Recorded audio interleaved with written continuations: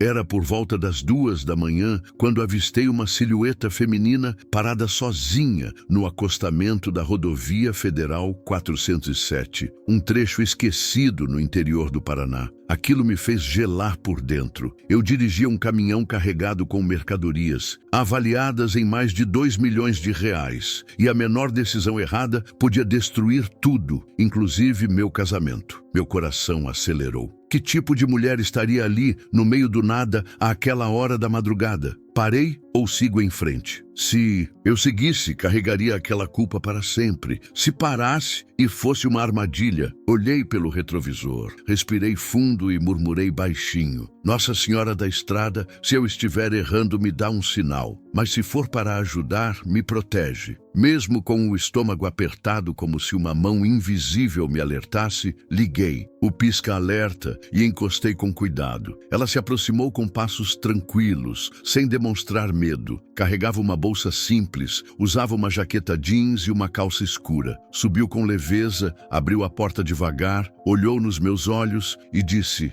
com um sorriso suave: Boa noite. Obrigada por parar. Que Deus te abençoe. Sentou-se ao meu lado, colocou o cinto e ficou olhando adiante. Era tudo educado demais, formal demais. Eu respondi num tom contido: De nada. Tá tudo bem com você? Ela assentiu gentilmente. Melhor. Agora, obrigada mesmo. O silêncio voltou, mas tinha algo estranho no ar. Não era só o jeito de falar. Era o controle nas palavras, a postura, os gestos precisos, como se tudo tivesse sido ensaiado. E o modo como ela observava a cabine, com calma, olhando o GPS, o painel, o rastreador, como se entendesse exatamente o que cada botão fazia. Tá indo para onde? Perguntei. Ela respondeu sem hesitar. Para onde você for. Aquilo me fez engolir seco. Já não parecia uma simples carona, mas mandá-la descer naquele breu seria arriscado. Continuei dirigindo, tentando manter a mente no foco. A única coisa que me atormentava era imaginar o que minha esposa diria se descobrisse que eu estava com uma desconhecida dentro da cabine. Naquela hora, naquele lugar.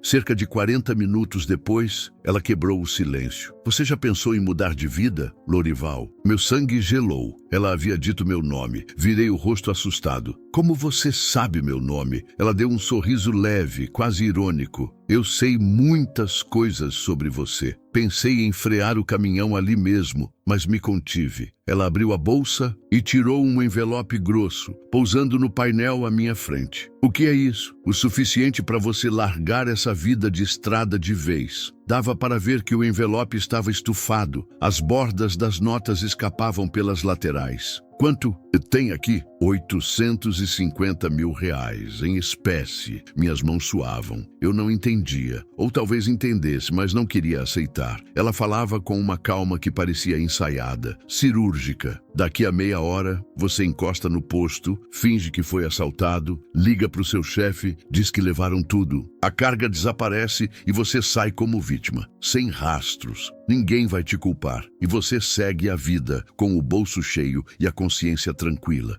Fiquei em silêncio. A proposta estava feita. Aquele envelope continuava no painel, me encarando, como se fosse uma bomba silenciosa prestes a explodir. R$ 850 mil.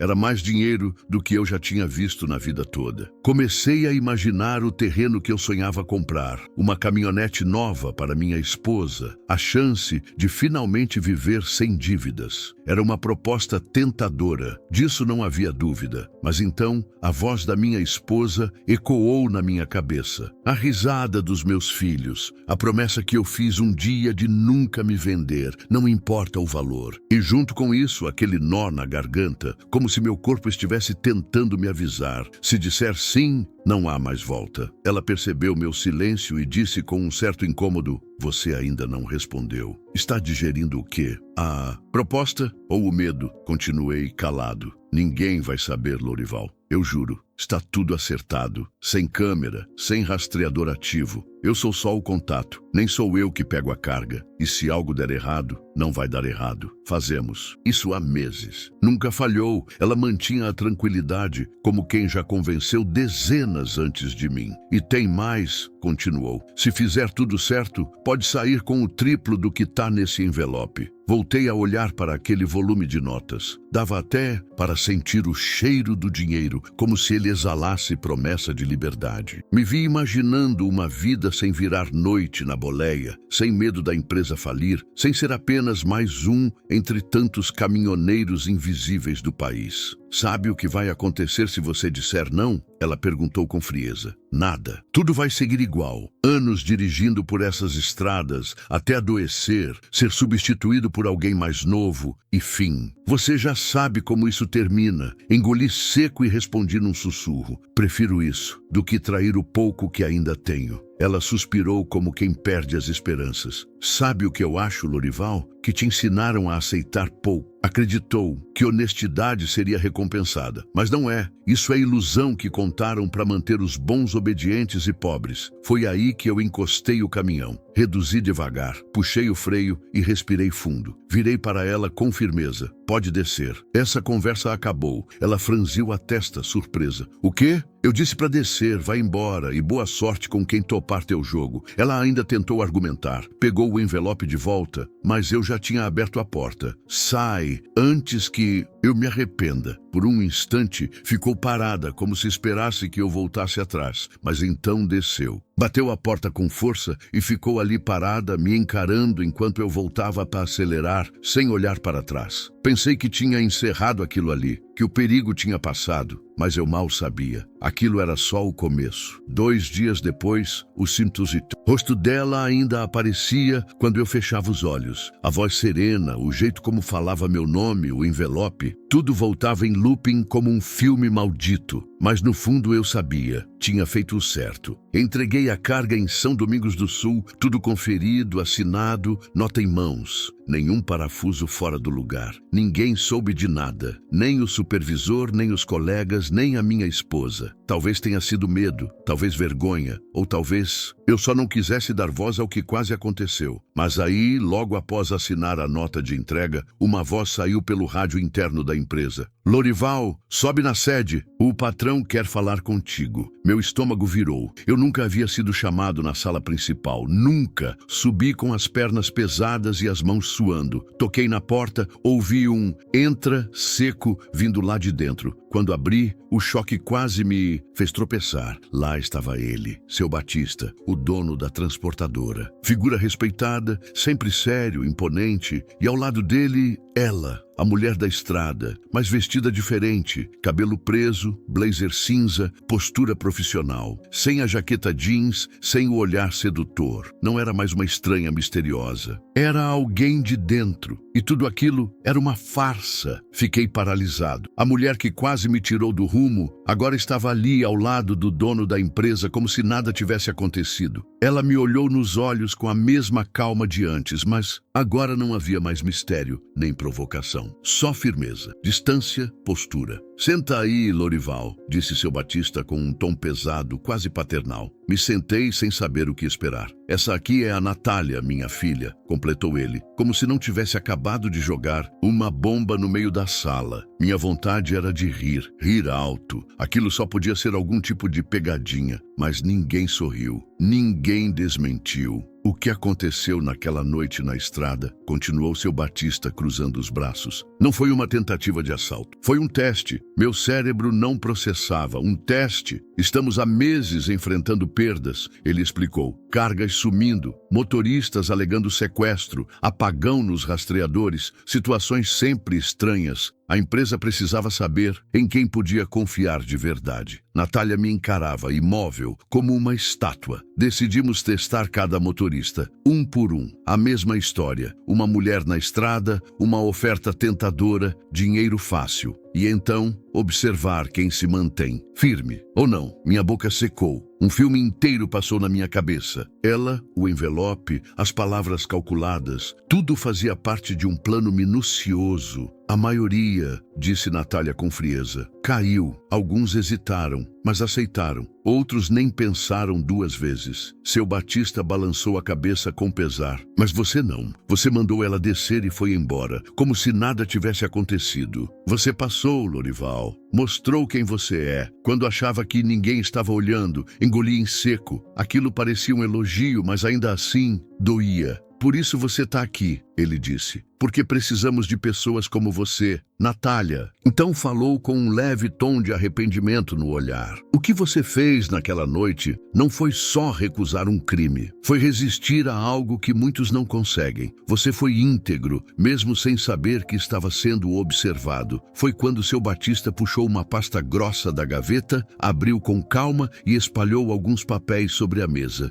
Estamos expandindo nossas operações, uma nova divisão logística em Caxias do Norte. E precisamos de alguém para liderar, alguém de confiança, alguém como você. Meu coração travou. Eu comandar uma equipe? Você provou que tem o que a maioria perdeu no caminho. Caráter, lealdade, coragem, disse ele. Natália completou. Foi ideia minha esse teste. Mas eu mesma não esperava encontrar alguém como você. Alguém que me fizesse rever minhas próprias convicções. Minhas mãos tremiam. Pensei em cada noite sem dormir, cada chuva, cada vez que dormi em um colchão sujo dentro do baú do caminhão. Pensei nos dias em que tomei café frio em posto de estrada, nos aniversários dos meus filhos que perdi por estar rodando. O cargo tem salário melhor, veículo da empresa, benefícios completos e... Ele fez uma pausa. O mais importante, tempo. Tempo com a sua família. Eu não consegui responder de imediato. Não por desconfiança, mas porque me faltavam palavras. Só balancei a cabeça, com os olhos cheios d'água. Então, Lorival, aceita? Respirei fundo. Encarei meu próprio reflexo no vidro da sala. Aceito. Saí dali com algo que nenhum dinheiro do mundo compra. Saí com dignidade. Com a sensação de que naquela estrada esquecida, escolhi permanecer quem eu sou. E hoje, toda vez que passo por aquele trecho da rodovia, olho para o acostamento. Não por medo, nem por saudade do envelope, mas porque foi ali que eu venci a mim mesmo. Depois daquele dia, tudo mudou. Assinei os papéis, recebi o uniforme novo, o crachá com meu nome e o título de gerente de operações logísticas da nova base em Caxias do Norte. Na reunião geral da empresa, fui apresentado como exemplo de integridade. Alguns colegas me aplaudiram, outros apenas cruzaram os braços e desviaram o olhar. A verdade é que nem todo mundo gosta de ver quem sobe por mérito, e menos ainda de quem não se vende. Nos dias seguintes, recebi o carro da empresa,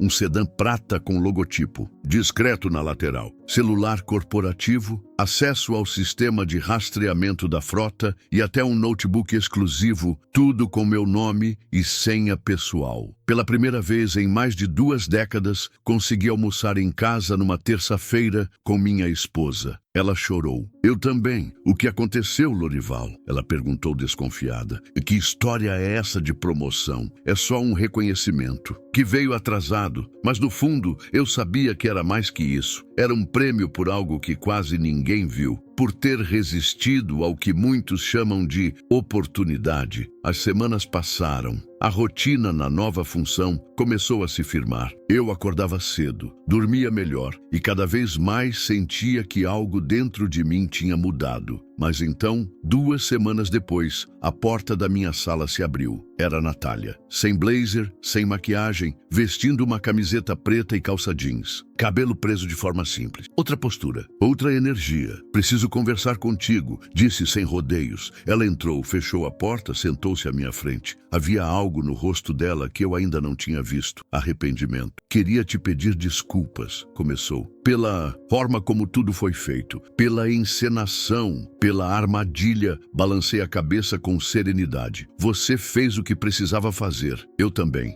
Ela respirou fundo, como quem precisava reunir coragem. A ideia daquele teste foi minha. Eu acreditava que era a única forma justa de separar os certos dos errados. Mas depois de te ver naquela noite, de ver sua reação, eu percebi que há coisas que a gente simplesmente não deveria testar. Ficamos em silêncio por um tempo. O que você fez naquela estrada, continuou ela, não foi apenas recusar dinheiro. Foi levantar uma bandeira, no meio de um sistema onde quase todo mundo se rende. Desde aquela noite, eu tenho pensado em mim mesma, no que me tornei, no que eu deixei para trás. Aquela mulher, antes fria e calculista, agora parecia frágil, humana. Pela primeira vez, eu vi a sinceridade brotar em seus olhos. Talvez eu também precise aprender a dizer não, murmurou. A olhei com compaixão e disse, Todo mundo tem um ponto de virada, Natália. Um momento onde precisa decidir quem é e quem quer ser. Ela sorriu de leve, um sorriso verdadeiro, sem defesas. Obrigada, Lorival,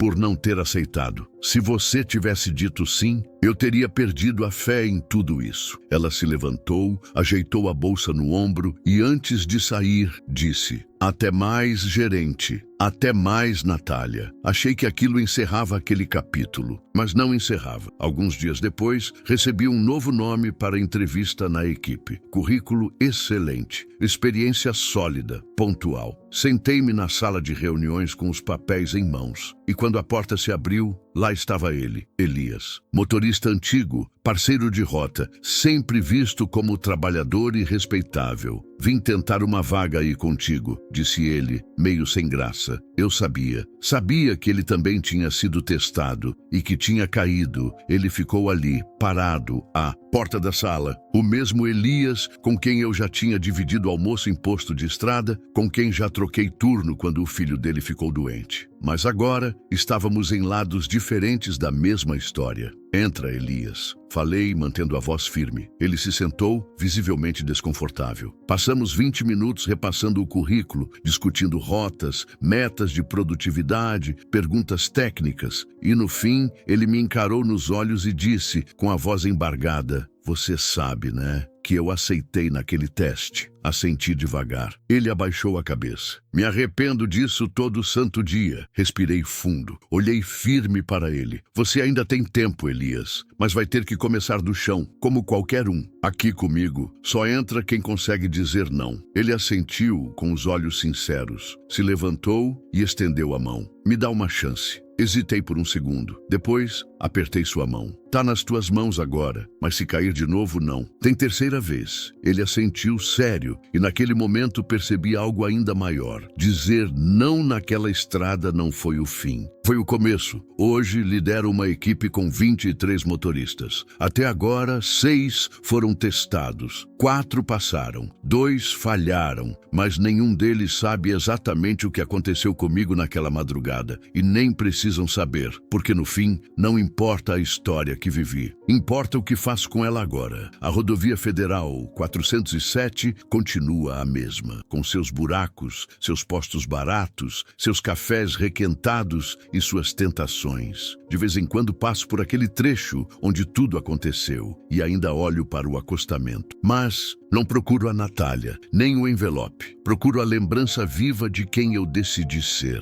mesmo sem aplausos, mesmo quando ninguém estava olhando. Porque hoje, quando alguém me pergunta: Lorival, qual foi a carga mais pesada que você já transportou? Eu não penso duas vezes, respondo de pronto: a minha consciência.